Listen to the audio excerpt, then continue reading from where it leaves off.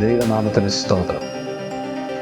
അനുഗ്രഹീതമായ ഈ സന്ദർഭത്തിൽ കർത്താവിൻ്റെ വചനം നമുക്ക് ജീവനും ധൈര്യവും ശക്തിയും ബലവും പകരുന്ന ജീവിപ്പിക്കുന്ന ദൈവത്തിൻ്റെ വചനവുമായി ഒരിക്കൽ കൂടെ മാന്യപ്രേക്ഷകരെ അഭിസംബോധന ചെയ്യുന്നത് അഭിമാനിക്കുന്നു, കർത്താവിൽ സന്തോഷിക്കുന്നു. അനുനയനം എന്ന ഈ പ്രോഗ്രാമിൻ്റെ എല്ലാ മാന്യപ്രേക്ഷകരെയും ഈ വചന കേൾവിക്കായി കർത്താവായ യേശു ക്രിസ്തുവിൻ്റെ നിസ്തുല നാമത്തിൽ സഹർഷം സ്വാഗതം ചെയ്യുന്നു. ഈ വചന കേൾവി നിങ്ങൾക്ക് കഴിഞ്ഞ നാളുകളിൽ വളരെ അനുഗ്രഹവും വളരെ സന്തോഷവുമായി തീർന്നുവെന്ന് കേൾക്കുന്നതിൽ ഒത്തിരി സന്തോഷിക്കുന്നു. നിങ്ങളുടെ പ്രാർത്ഥനയും നിങ്ങളുടെ പ്രോത്സാഹനവുമാണ് ഈ മാന്യ ശുശ്രൂഷ മുൻപോട്ട് കൊണ്ടുപോകുവാൻ ഇതപര്യന്തം കർത്താവ് ഞങ്ങളെ സഹായിക്കുന്നത്. വീണ്ടും മാന്യമിത്രങ്ങളുടെ പ്രാർത്ഥനയും നിങ്ങളുടെ അഭിപ്രായങ്ങളും നിർദ്ദേശങ്ങളും കൃത്യമായിട്ടും ഞങ്ങളെ അറിയിക്കണം എന്നുകൂടെ ഈ തരുണത്തിൽ ഓർമ്മപ്പെടുത്തുകയാണ്. ഇളകി മറിയുന്ന സമുദ്രം പോലെയാണ് ഇന്നത്തെ ലോകം.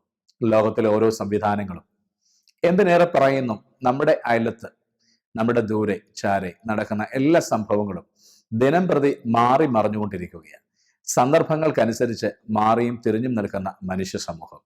ഇന്ന് ഒരു വ്യക്തി ഒരേ സ്വഭാവത്തിൽ നിന്നിരുന്നുവെങ്കിൽ നാളെ തികച്ചും വ്യത്യസ്തമായ മറ്റൊരവസ്ഥയിലായിരിക്കും ആ മനുഷ്യന്റെ കാഴ്ചപ്പാടും പെരുമാറ്റവും.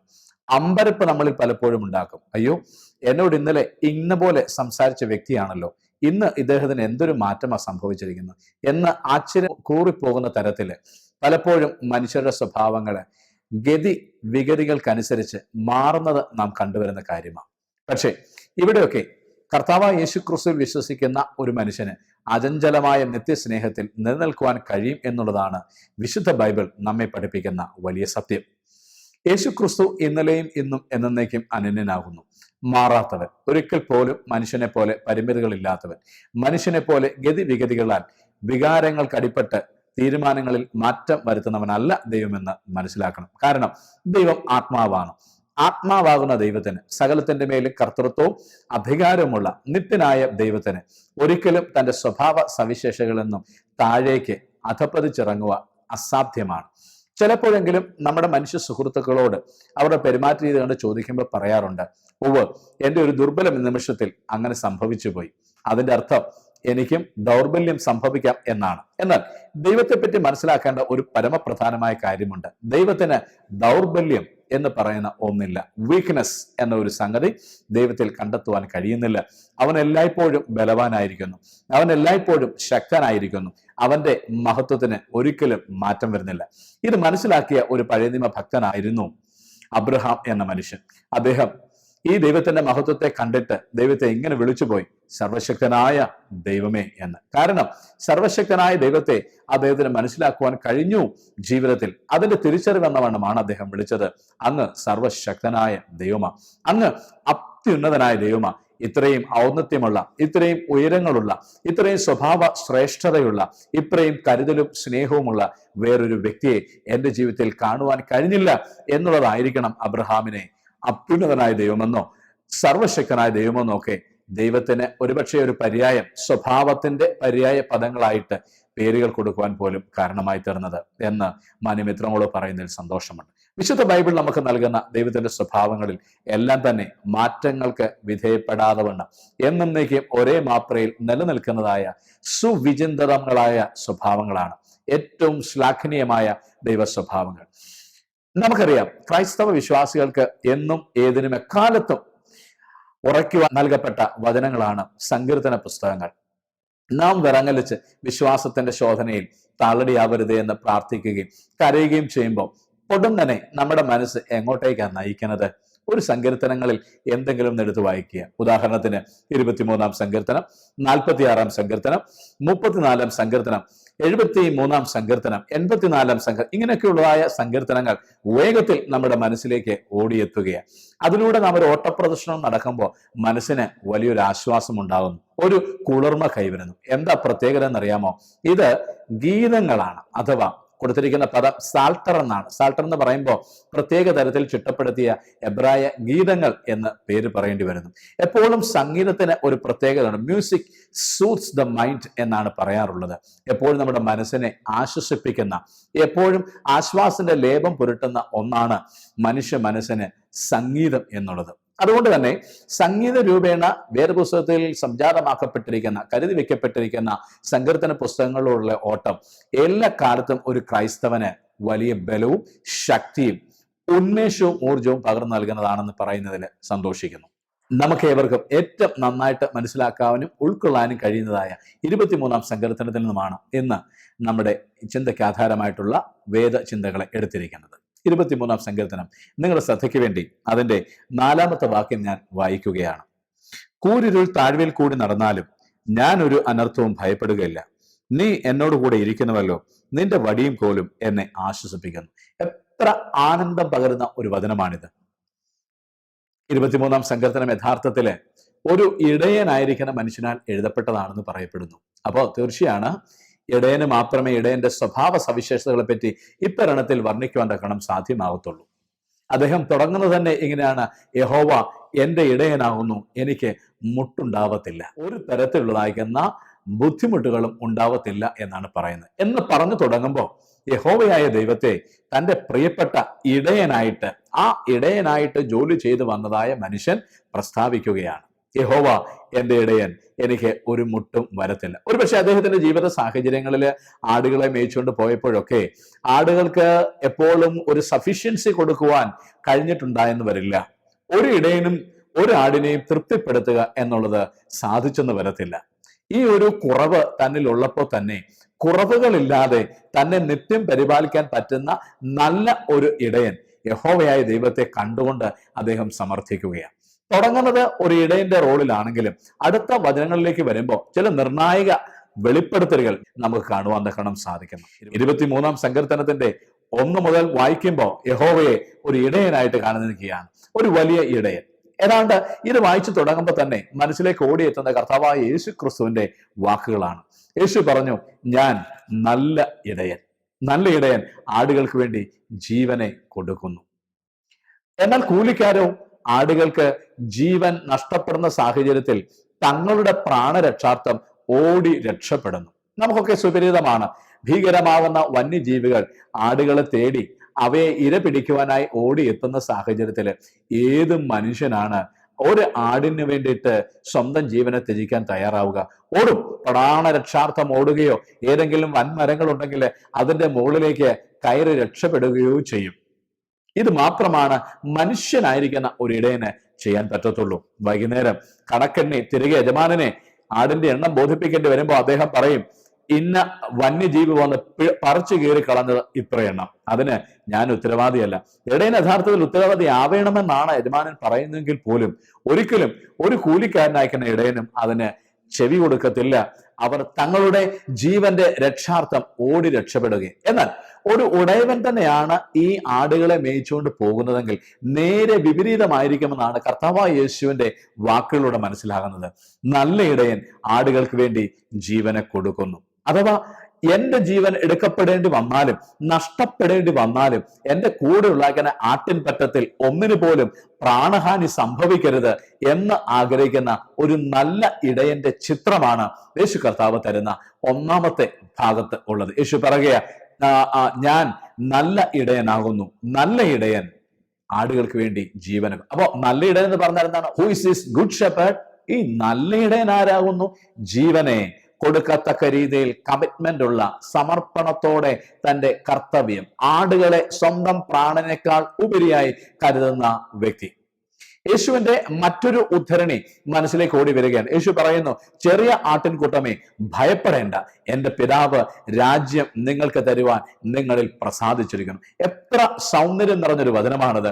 കർത്താവ് പറയുകയാണ്, എന്റെ പിതാവ് രാജ്യം ചെറിയ ആട്ടിൻപറ്റമായിരിക്കുന്ന നിങ്ങൾക്ക് നൽകുവാൻ ഇഷ്ടപ്പെട്ടിരിക്കുന്നു. ഇവിടെ രാജ്യമെന്ന് പറയുമ്പോൾ തെറ്റിദ്ധരിക്കരുത്. ഒരുപാട് തെറ്റിദ്ധാരണകൾ ദൈവവചനത്തെ അങ്ങോട്ടും ഇങ്ങോട്ടും ഒന്ന് അടർത്തി മാറ്റി അതിന്റെ ഓരോ ക്ലോസും നീക്കി കഴിഞ്ഞു കഴിഞ്ഞാൽ ഉണ്ടാകുന്ന തെറ്റിദ്ധാരണകൾ ഇന്ന് നിറച്ചുകൊണ്ട് ഈ ഭൂമിയുടെ പരപ്പിൽ മുഴുവനും എവിടേക്ക് എത്തിക്കാമോ, ഏതെല്ലാം മീഡിയകളിലൂടെ എത്തിക്കാമോ അങ്ങനെ എത്തിച്ചുകൊണ്ട് ക്രൈസ്തവ ചിന്തകൾക്കെതിരായിട്ട് വലിയൊരു ആക്രമണം നടന്നുകൊണ്ടിരിക്കുന്ന സാഹചര്യത്തിൽ തന്നെ ഞാൻ പറയുന്നത്, ഏത് രാജ്യമെന്ന് ചോദിച്ചാൽ ദൈവരാജ്യമെന്ന് മാത്രമേ അതിന് മറുപടി കൊടുക്കാൻ കഴിയത്തുള്ളൂ. കർത്താവായ യേശുക്രിസ്തു പറയുകയാണ്, എന്റെ രാജ്യം അഥവാ ഞാൻ രാജാവായിരിക്കുന്ന രാജ്യം, ദൈവം രാജാവായിരിക്കുന്ന ദൈവരാജ്യം, ദ കിങ്ഡം ഓഫ് ഗോഡ് നിങ്ങൾക്ക് തരാൻ എന്റെ പിതാവിന് പ്രസാദമായി. ഈ ദൈവവചനം കേട്ടുകൊണ്ടിരിക്കുന്ന മാന്യ പ്രേക്ഷകർ ഒരുപക്ഷെ നിരാശയിലോ ദുഃഖത്തിലോ, ഞാൻ ഒറ്റയ്ക്ക, ഞാൻ ചെറിയ കൂട്ടമാ, എനിക്ക് വലിയൊരു കൂട്ടത്തെ മേയ്ക്കാൻ കഴിയില്ല എന്നൊക്കെയുള്ള തരത്തിൽ അസ്വസ്ഥനാണെങ്കിൽ ഒരു കാര്യം ഉറക്കെ പ്രഖ്യാപിക്കുന്നു, താങ്കളോടാണ് ദൈവത്തിന്റെ വാഗ്ദാനമുള്ളത്. ചെറിയ ആട്ടിൻകൂട്ടത്തെ മേയ്ക്കുന്നതിൽ വിശ്വസ്തത പാലിക്കുക, വലുത് താങ്കളുടെ കയ്യിൽ ഏൽപ്പിക്കുവാൻ ദൈവം വിശ്വസ്തനാണ്. ഇതിൽ ഭയപ്പെടേണ്ട കാര്യമില്ല, കാരണം ഇത് നിനക്ക് തരാൻ സ്വർഗസ്ഥനായ പിതാവിന് നിന്നിൽ പ്രസാദമുണ്ടെന്ന് കർത്താവായ യേശുനാഥൻ പറയുകയാണ്.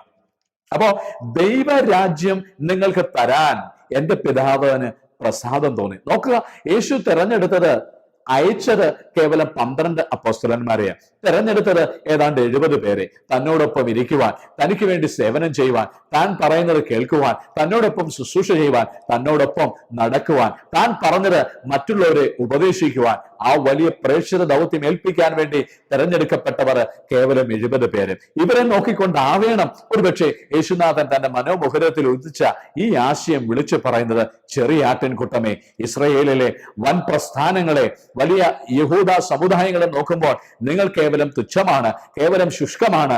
പക്ഷേ ഭയപ്പെടരുത്, നിങ്ങൾക്ക് തരുവാനാണ് ദൈവരാജ്യമുള്ളത്. നിങ്ങൾക്ക് ദൈവരാജ്യം തരാനാണ് എന്റെ പിതാവിന് ഇഷ്ടം തോന്നിയത്.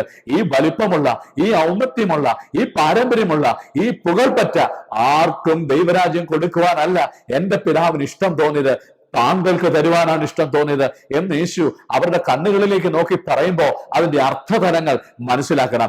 ആ വാക്കുകളെ ഉദ്ധരിച്ച് ഇന്ന് നിങ്ങളോട് ഈ വചനം ഉദ്ധരിക്കുമ്പോൾ ഒരു കാര്യം ഉറപ്പാക്കിക്കൊള്ളണം, രാജ്യം നിങ്ങൾക്ക് തരുവാൻ സ്വർഗസ്ഥനായ പിതാവ് പ്രസാദിച്ചിരിക്കുന്നു. നല്ല ഇടയൻ ആടുകൾക്ക് വേണ്ടി തന്റെ സ്വന്തം ജീവനെ കൊടുക്കുന്നു. യേശു പറയുക മാത്രമായിരുന്നില്ല, പിൽക്കാലത്ത് അത് തന്റെ ജീവിതത്തിലൂടെ നിറവേറ്റുകയും ചെയ്തു. യേശു പറഞ്ഞു, ചെറിയ ആട്ടിൻകൂട്ടമേ, ഭയപ്പെടേണ്ട, രാജ്യം നിങ്ങൾക്ക് തരാൻ എന്റെ പിതാവിന് പ്രസാദമായി. താൻ വിസ്തരിക്കപ്പെടുമ്പോൾ മഹാപുരോഹിതന്മാരുടെ മുമ്പിൽ നിന്നുകൊണ്ട് പറയുകയാണ്, എന്റെ രാജ്യം ഐഹികമല്ല. എന്റെ രാജ്യം ഐഹികമായിരുന്നുവെങ്കിൽ എന്റെ ചേവകർ കടന്നു വരികയും എനിക്ക് വേണ്ടി നിങ്ങളോട് യുദ്ധം ചെയ്യുകയും ചെയ്യുമായിരുന്നു. എന്റെ രാജ്യം ഐഹികമല്ല. പകരം എന്താണ് ദൈവരാജ്യം എന്ന് പറയുന്നത്? അത് ആത്മീകമാണ്. ദൈവത്തിന്റെ ആത്മാവിനാൽ മനുഷ്യന്റെ ആത്മാക്കൾ നിയന്ത്രിക്കപ്പെടുകയും മനുഷ്യന്റെ മനസ്സ് ദൈവത്താൽ നിയന്ത്രിക്കപ്പെടുന്നതിനനുസരിച്ച് അവന്റെ ചെയ്തികളും അവന്റെ പ്രവൃത്തികളും നിയന്ത്രിക്കപ്പെടുകയും സമൂഹത്തിൽ ദൈവത്തെ, ഈ സമൂഹത്തിന് പ്രസന്റ് ചെയ്യുന്നവരായിട്ട്, ജീവിതം കൊണ്ട് ദൈവത്തെ വെളിപ്പെടുത്തുന്നവരായി തീരുകയും ചെയ്യുവാനുള്ള ഒരു ഉദ്യമത്തിന്റെ പേരാണ് ദൈവരാജ്യം. അപ്പോ ഇവിടെ കാണപ്പെടുന്ന എന്തെങ്കിലും ഒരു സാധനം, ഏതെങ്കിലും ഒരു മഹത്വം വെളിപ്പെടുത്തുക എന്നുള്ളത് ദൈവരാജ്യത്തിന്റെ വക്താക്കൾക്കുള്ളതല്ല എന്നുള്ളത് സത്യമാവുകയാണ്. 23-ാം സങ്കീർത്തനക്കാരൻ പറയുകയാണ്, യഹോവ എന്റെ ഇടയനാകുന്നു, ഒരു നല്ല ഇടയനെ പോലെ, ഏറ്റവും നല്ലൊരു ഇടയനെ പോലെ. നമ്മുടെ ആവശ്യങ്ങളെ നന്നായി അറിയുന്ന, നമ്മളെ നന്നായി നടത്തുവാൻ പ്രാപ്തിയുള്ള ഒരുത്തൻ നമ്മളെ നയിക്കുകയാണെന്നുള്ളൊരു ബോധ്യം മാന്യ പ്രേക്ഷകർക്ക് ഉണ്ടാവേണ്ടത് ആവശ്യമാണ്.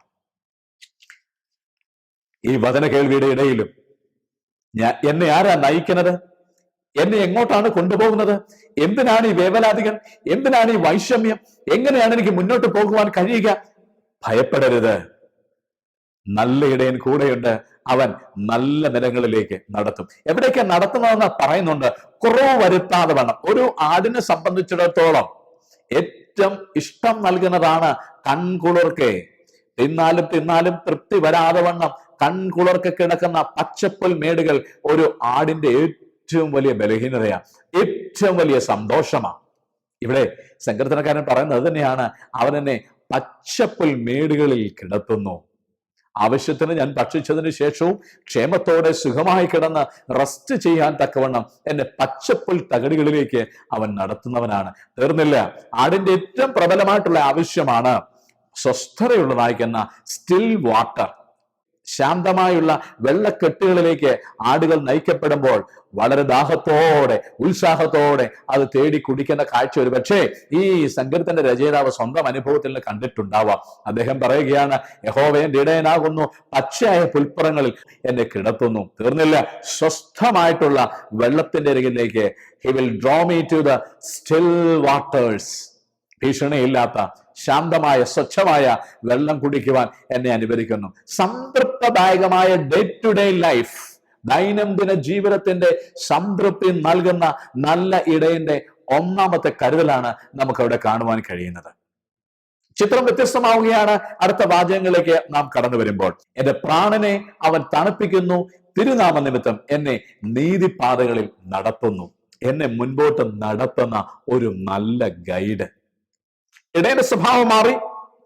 ഇടയന്റെ സ്വഭാവം കരുതലാണ്, സ്വച്ഛതയിലേക്കുള്ള നടത്തലാണ്.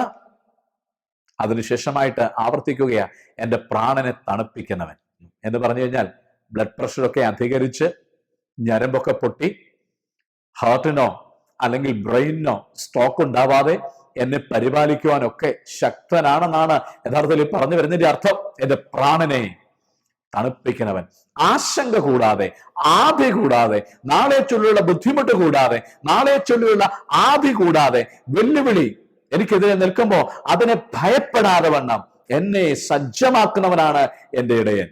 കാരണം അവൻ എന്റെ പ്രാണനെ തണുപ്പിക്കുകയും എന്നെ നീതിപാതകളിലേക്ക് നടത്തുകയും ചെയ്യുന്നു. അനീതി കൊണ്ട് നിറഞ്ഞ, വഷളത്വം കൊണ്ട് നിറഞ്ഞ, അക്രമം കൊണ്ട് നിറഞ്ഞ, അവിശ്വസതയും വഞ്ചനയും ചതിവും കൊണ്ട് നിറഞ്ഞ ഇന്നത്തെ സമൂഹത്തിൽ ഈ വചനങ്ങൾക്ക് കാലിക പ്രസക്തിയുണ്ട് പ്രിയരെ, വളരെ പ്രസക്തിയുണ്ട്. കർത്താവിന്റെ വചനങ്ങൾ പറയുകയാണ്, എന്നെ അവൻ നീതിയുടെ പാതകളിലേക്ക് നടത്തുന്നു.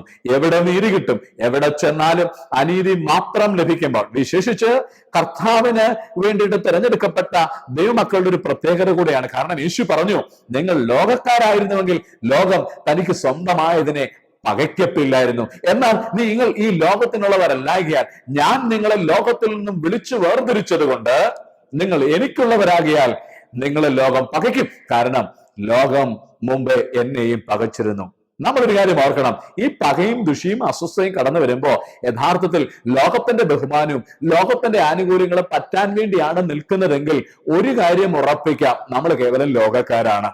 അഥവാ നീതിപൂർവമായ പ്രവൃത്തികൾ ചെയ്തിട്ടും ആത്മാർത്ഥമായ ശുശ്രൂഷകൾ ചെയ്തിട്ടും മറ്റുള്ളവർക്ക് വേണ്ടി തികഞ്ഞ ആത്മാർത്ഥതയോടും നല്ല മനസ്സോടും കൂടെ സംശുദ്ധമായ പ്രവൃത്തികൾ ചെയ്തതിനു ശേഷവും പിന്നെയാണ് ലഭിക്കുന്നെങ്കിൽ ഒരു കാര്യത്തിന് ഉത്തരമായിട്ടുണ്ട്, നീ ലോകത്തിനുള്ളവനല്ല, നീ ഈ ലോകത്തിന് അപ്പുറത്തേക്ക് കടന്നുപോയ ദൈവത്തിനുള്ളവനാണ്.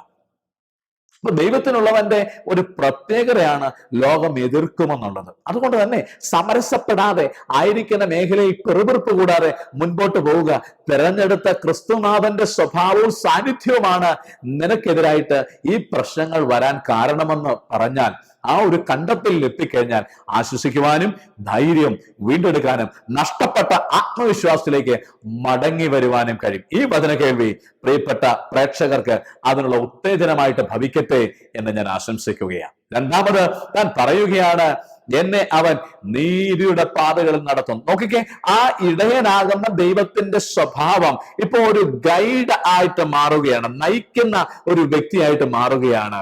Is A guiding God. ആദ്യം നമുക്ക് കാണുവാൻ കഴിഞ്ഞത് എ ഷെപ്പേർഡ് ലോർഡ് ആയിരുന്നു.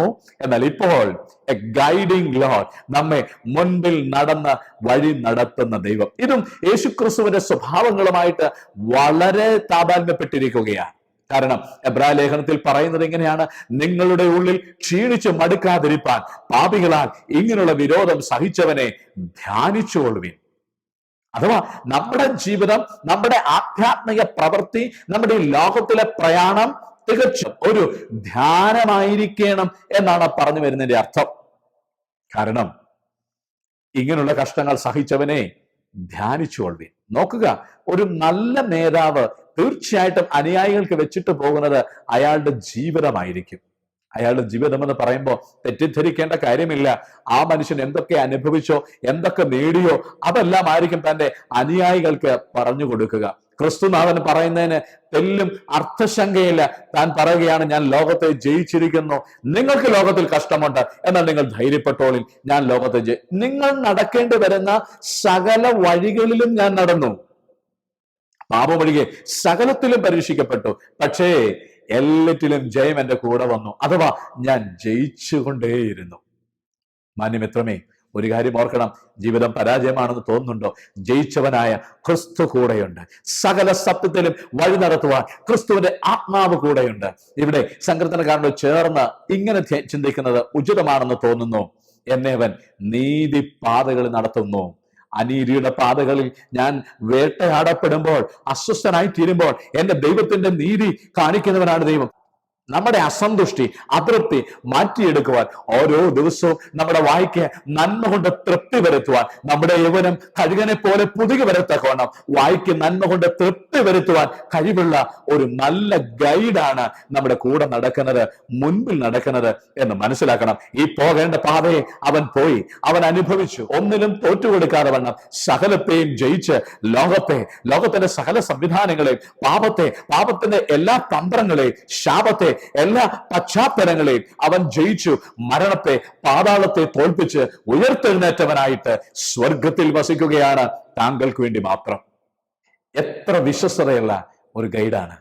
എത്തിക്കാമെന്ന് പറഞ്ഞ ആ ഡെസ്റ്റിനേഷനിൽ നമ്മളെ എത്തിക്കാൻ വിശ്വസ്തനെന്നാണ് ഈ വചനത്തിലൂടെ നമുക്ക് മനസ്സിലാക്കുവാൻ കഴിയുന്നത്. കൂരിരുളിന്റെ താഴ്വിൽ കൂടെ നടന്നാലും, വേദപണ്ഡിതന്മാർ എല്ലാവരും പറയുന്നത് പോലെ മരണം നിഴലിന്റെ താഴ്വരയെന്ന് വേണം ഇതിനെ അർത്ഥമാക്കുവാൻ.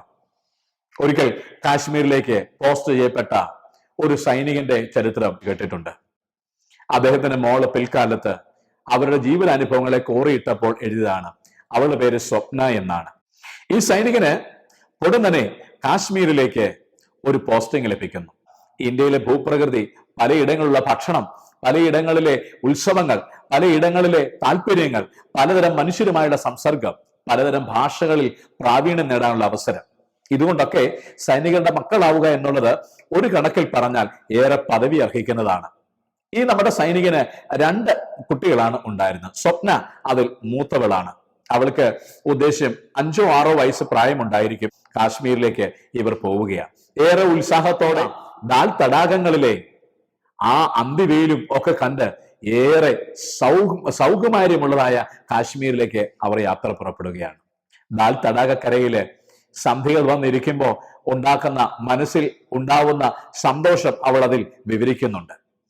അവർക്ക് ഏറ്റവും സുന്ദരമായിട്ടുള്ള ഒരു കെട്ടിടം, ഒരു 3 നില കെട്ടിടം തന്നെ താമസത്തിനായി ലഭിച്ചു. അവിടെ ഈ ഭാര്യയും തന്റെ കുഞ്ഞുങ്ങളെ ആക്കിയതിനു ശേഷം സൈനിക പോസ്റ്റിലേക്ക് അയാളുടെ നിയമനത്തിനനുസരിച്ചുള്ള ജോലികൾക്കായി കടന്നു പോകുന്നു. നിറയെ ആപ്പിൾ മരങ്ങൾ ഉണ്ടാക്കുന്ന ആ കോമ്പൗണ്ടില്, കൂറ്റൻ തടികൾ കൊണ്ട് സൃഷ്ടിച്ചിരിക്കുന്ന ആ സുന്ദരമായ വീട്ടില് അവര് ആ അത്യുത്സാഹത്തോടെ ഓരോ ദിവസവും കടന്നു പോവുകയാണ്. പെട്ടെന്നായിരുന്നില്ല, പതിയെയാണ്, മെല്ലെ മെല്ലെ അശുഭകരമായിരിക്കുന്ന വാർത്തകൾ അവരുടെ ഗ്രാമത്തിലേക്ക് വരുന്നുണ്ട്. ഇടയ്ക്കിടയ്ക്ക് ഡാഡി വിളിച്ചു പറയും, അല്പം ശ്രദ്ധിച്ചോളണം, പ്രശ്നങ്ങൾ അല്പം നിയന്ത്രണാതീതമായി തീർന്നുകൊണ്ടിരിക്കുകയാണ്. ഇങ്ങനെ വിവരങ്ങളൊക്കെ വരുന്നതിനിടയിൽ, അശാന്തി മെല്ലെ കാശ്മീർ താഴ്വാരത്തിൽ പടരുന്നതിനിടയിൽ ഒരു ദിവസം അത് സംഭവിച്ചു.